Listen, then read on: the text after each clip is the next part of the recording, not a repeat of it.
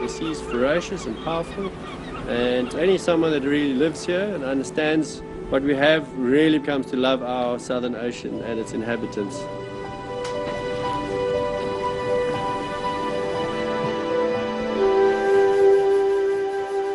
Jacques Cousteau has a quote which really is fitting to me, which is, "The sea, once it's cast its spell, holds you in its net of wonder forever."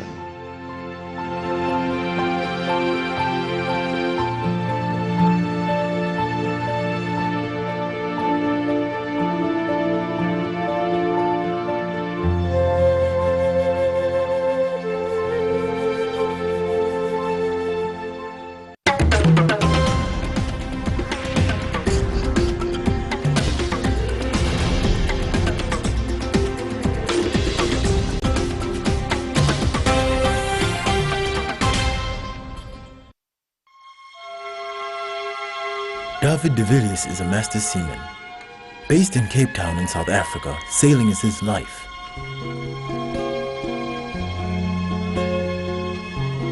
David believes that the ocean around this historic city is particularly special.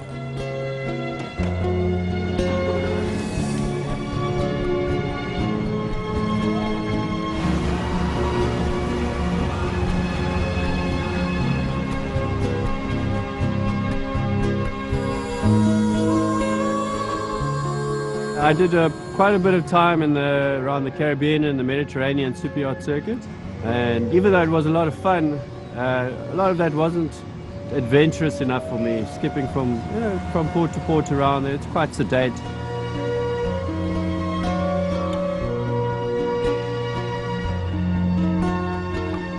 I was finding myself in sort of very remote locations with incredible wildlife you couldn't see anywhere else. You know, you go to places where you know that very few people had ever been. And at that stage I wasn't particularly conservationally minded. I was doing a lot of fishing, and a lot of the places that I'd seen were just absolutely wild, very remote, very few people had been there, and pretty much untouched. And in a short space of 5 years, some fishing fleets had found out about it, and the place was a desert. I could see what impact man has on the environment. And for me, it really struck a chord.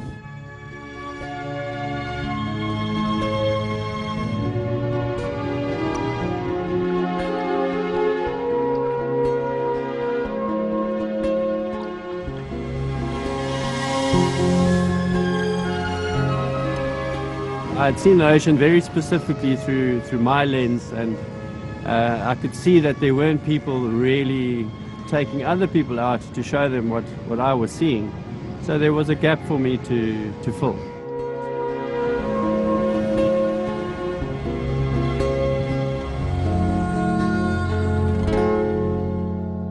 These days, David is passionate about sharing his love of the ocean and its ecology.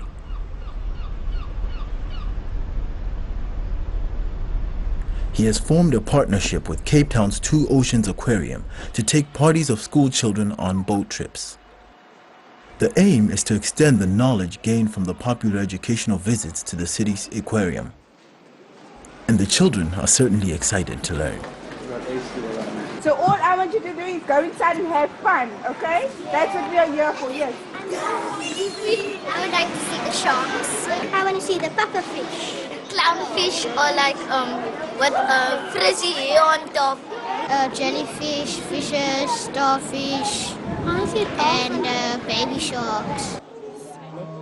This group from the Canaan Academy in South Africa's Eastern Cape province has come a long way to visit the aquarium. I'd like to see a jellyfish. I've heard interesting things about it. I've never seen any creatures. Mostly I would like to see sharks and dolphins.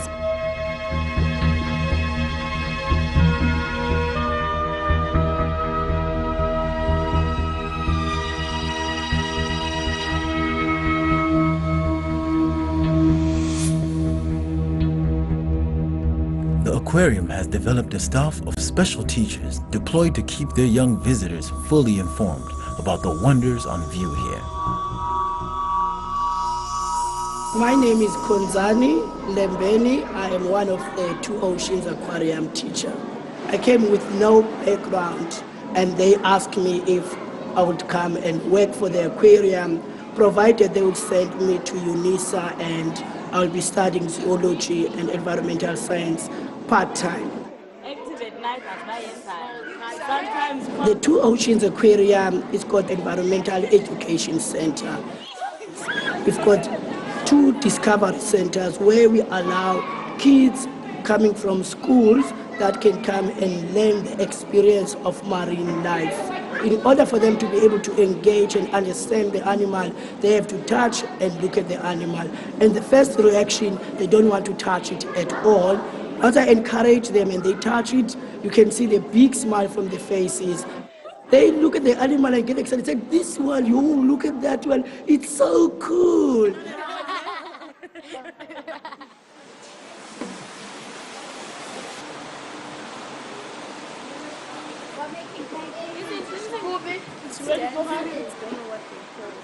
I grew up in East London and I've never been in the ocean. I only saw the ocean when I came to Cape Town. And now, being a teacher about the ocean, it's quite wonderful.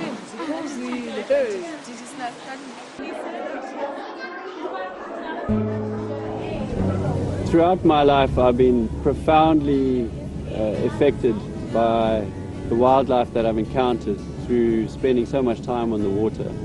And I'm doing all of this because I want to share that experience with children, with adults. For me, that's my driving force.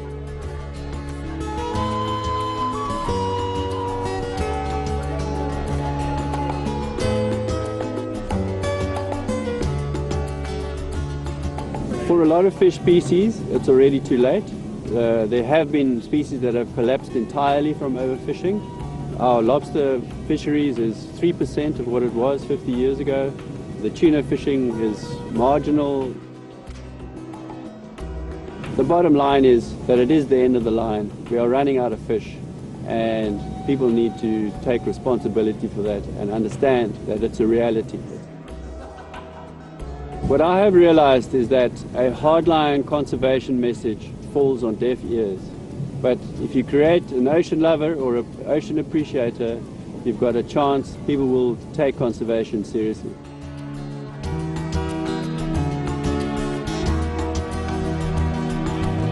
Now it's time for the students to embark on a real ocean adventure.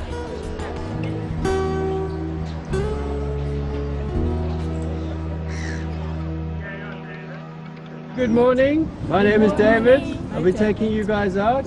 Got Ben there and Amir, who's our guide, and Sia over there. Have any of you guys been to sea before? No. First time for you guys? Yeah. That's excellent. Today you might see animals that you've never seen before. Hopefully we'll see some dolphins, some seals, some penguins. There's lots of bird life out there. So this should be a very unique experience for you guys. All right, enjoy the cruise. Thank you.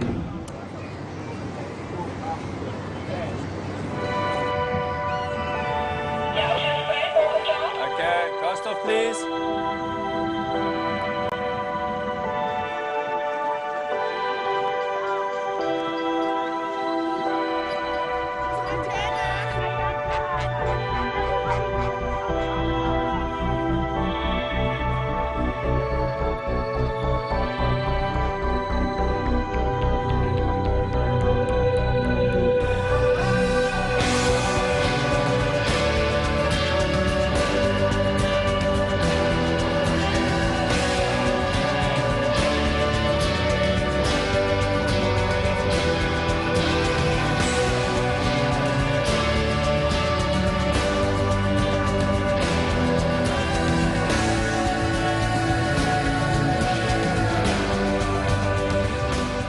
As the sights and sounds of the busy port fall behind them, the catamaran moves out into the calm of Table Bay, and before long, sea creatures start to appear.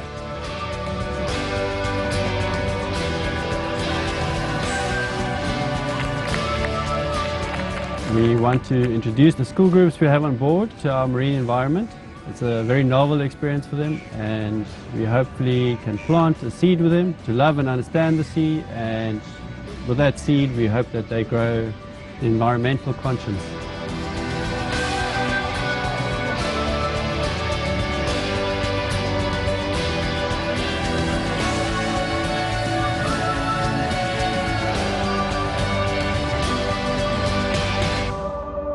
While the various school trips encounter wildlife on the surface, marine biologist Amir Rizai gives them a sense of what's going on beneath the waves.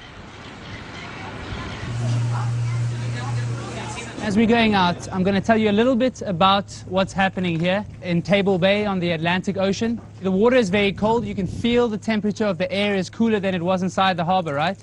And the reason the air is cold is because the water here is very cold, between 9 and 16 degrees Celsius. So cold water because of the Atlantic Ocean that we're sitting on, the cold Benguela current coming up from the South Pole where all the ice is. And one other reason is because there's just so much food. And if there's a lot of food, there's going to be animals living close to the coastline taking advantage of the food.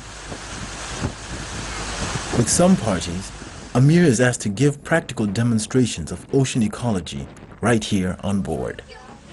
If you're a little green plant, what do you need? You need sunlight, you need water, you need carbon dioxide, and there's plenty of that in the oceans all around the world. But sometimes the little plants don't get one thing they need, and that's nutrients. On land, we fertilize our plants. Out here, when the plants get the right nutrients, they're able to grow really fast. And because of the nutrients available to the plants here, they grow so fast that they make enough food for the densest population of great white sharks anywhere in the world. Hey guys, so we were going to try to see what little creepy crawlies are floating around in the water, what plankton is in the ocean here.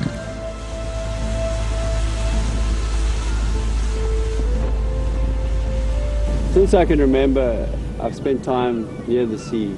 All school holidays, weekends, after school was always near the ocean. Once I left school, the first thing I did was get on a boat, cross an ocean. So it's been a huge part of my life. And what I found out was that this is all I really want to do.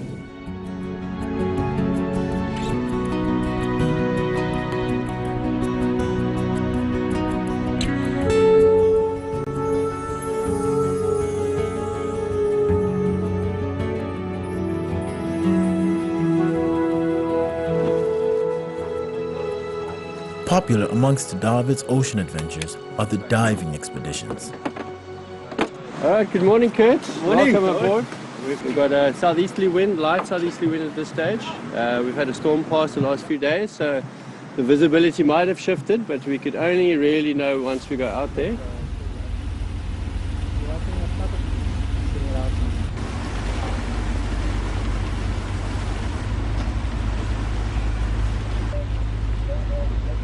The close quarter animal or wildlife encounters we do are something that's quite unique.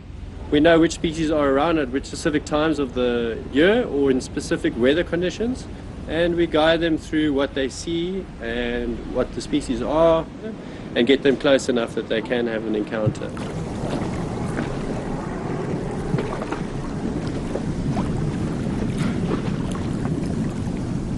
David himself leads these dives in order to guide and protect his guests.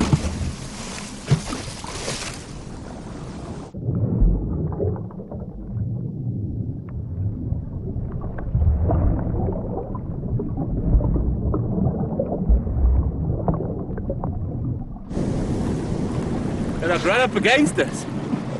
Crazy. They keep coming back and back, swimming in and around us. The interesting thing always is when you free dive down, they always come and join you, swim around a few times, see what you're up to. We were further down the coastline and we saw a sunfish. It's a very unique species that we only found in a few parts in the world.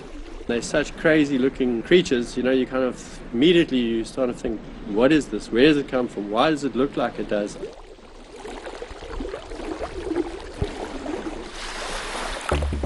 Another wonderful place to visit is Seal Island, just off the Cape Peninsula.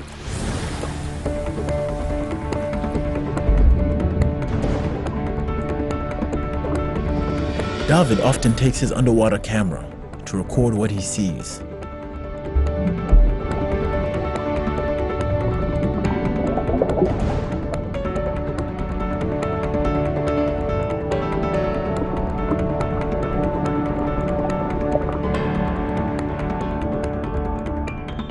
Seals are very agile, very graceful in the water, very curious. You know, they'll come up to you, open their mouths, you know, keep coming, circling, having another look.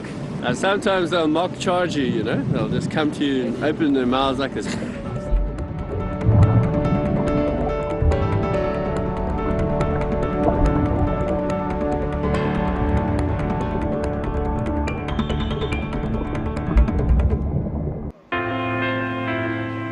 Much of the early history of Cape Town is still recorded in Cape Town's Castle of Good Hope, which was established in 1666 and completed in 1679. It is the oldest building in South Africa. The ongoing link between Cape Town, its ocean, and the Seagoing adventurers who founded the city is very clear here. As a sailor himself, David's proud of this history. David's ancestors, the Huguenots, arrived in 1688. They were fleeing anti-Protestant persecution in France.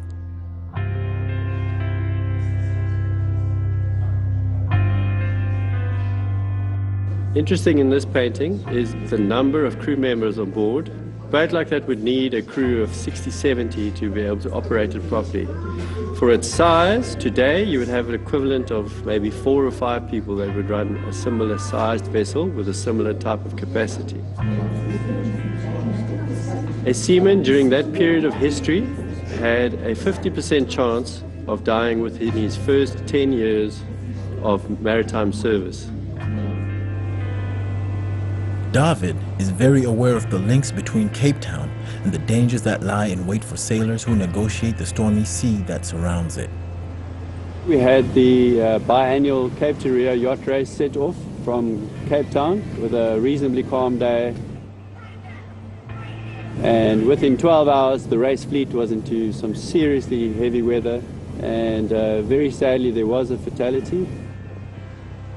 What one has to understand is that the loss of life was very rare for an ocean race, and it was very unfortunate. But given the history of Cape Town, it's a very volatile coastline. That's why it's called the Cape of Storms. The sea conditions here can be incredibly treacherous, and it has claimed many ships and many lives over the last few centuries.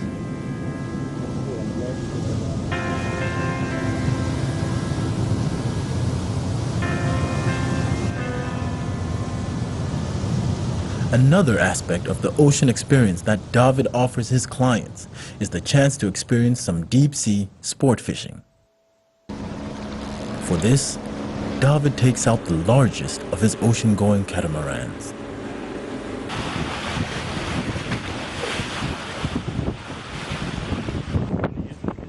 We've got a real mix of characters on our boat today that are here to catch tuna.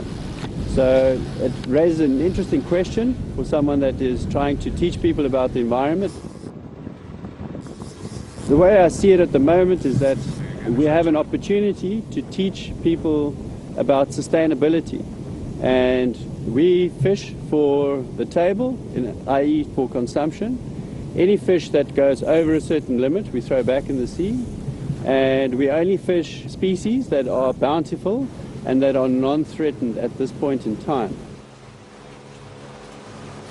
The big difference is for people to understand that the sea is not an endless source of fish, and to understand that sports fishing is recreational, therefore there's no need to fish without returning the fish to the sea. Heading back towards Cape Town, they look out for Cape Point. Cape Point is an iconic part of our coastline. All the seafarers that used to pass past the Cape on the trading routes, for them it was quite a symbolic part of their journey to round. They knew that they would be coming around into Table Bay, come and stop here and get their provisionings, a bit of shore leave. And ever since those earliest times, rounding Cape Point has remained a symbol of adventure for sailors.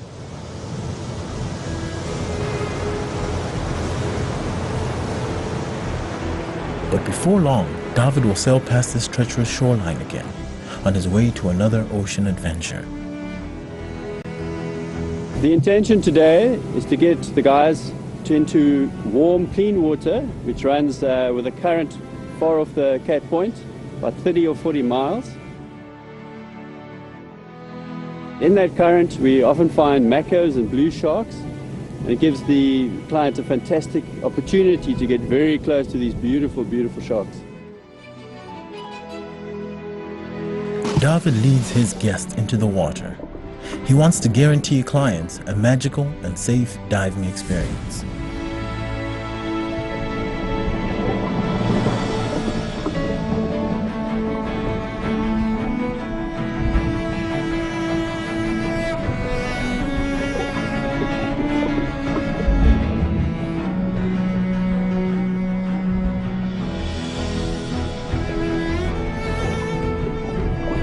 I believe it's very important to dispel myths, to change people's attitude towards sharks. I'd say, 99.9% of the time you are in a very non-threatening environment. Now, we are not their natural prey. So they are curious about us. They will come right up to you. They'll come right up to your face, but not with the intent to harm.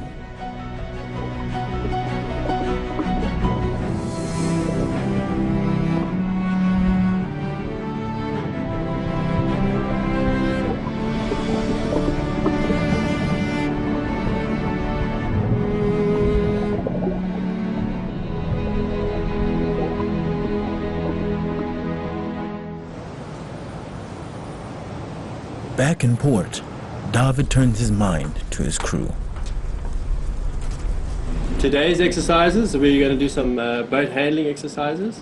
Sia's going to start up the engines for us, and he's going to take us off the dock. We'll be doing some turns, which gives you familiarity with how the vessel responds under power, and he'll be bringing the vessel back to the dock. Okay, Sia, so we're just going to go here into the middle.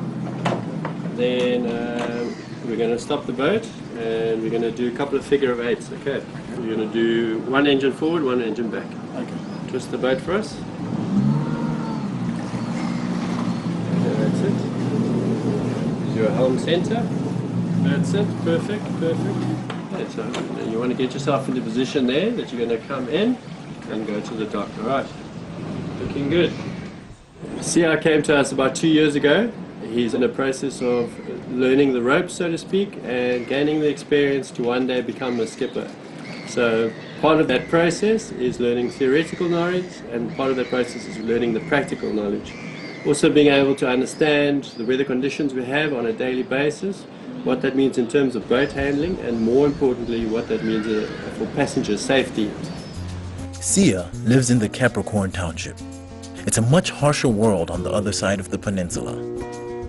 He sends his family a portion of his earnings every month to help support them and his siblings. Life is not easy for Sia.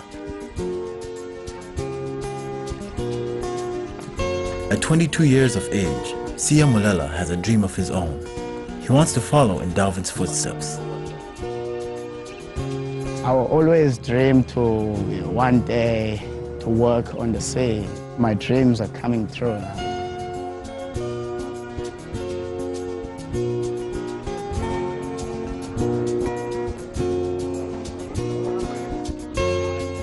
One of my dreams is I'll be able to be a skipper on this boat.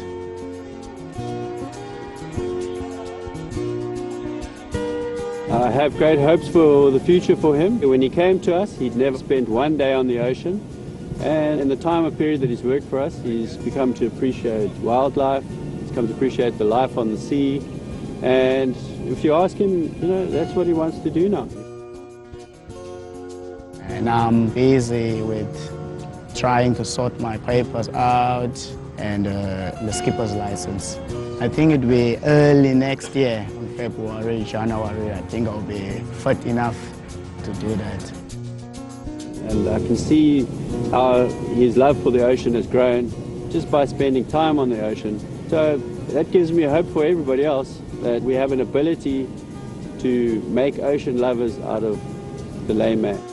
I can say that, yeah, it's very important to know what's all about in the sea, what's so special in the sea, why is those animals out there, they're so special in the sea. Conservation, it's a good thing to teach the kids, to teach the next generation about the sea, what we have on this part of the sea.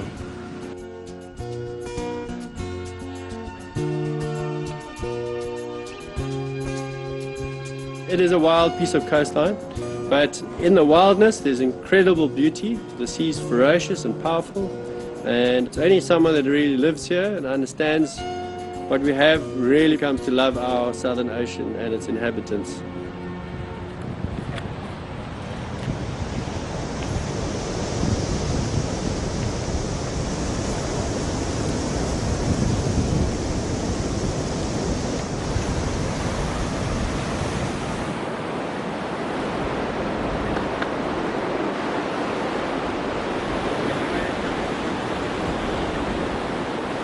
Another rare feature of the Cape Peninsula is the colony of African penguins at Boulders Beach. This breeding group is one of very few land-based colonies in the world. It has over 2,500 birds.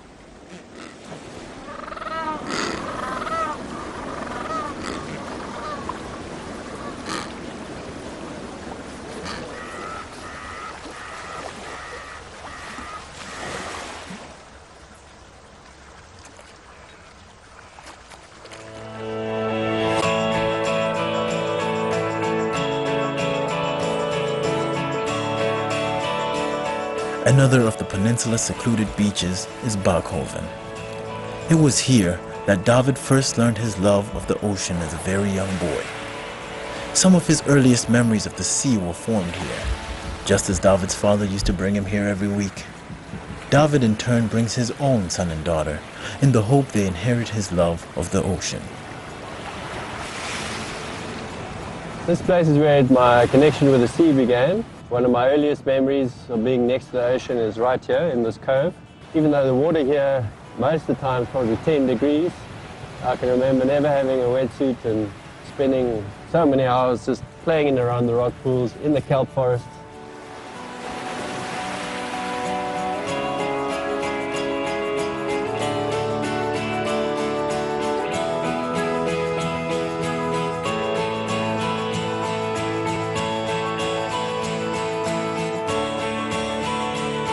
So these Cape Town ocean adventurers pass on their love of the sea and the creatures that live in it from generation to succeeding generation.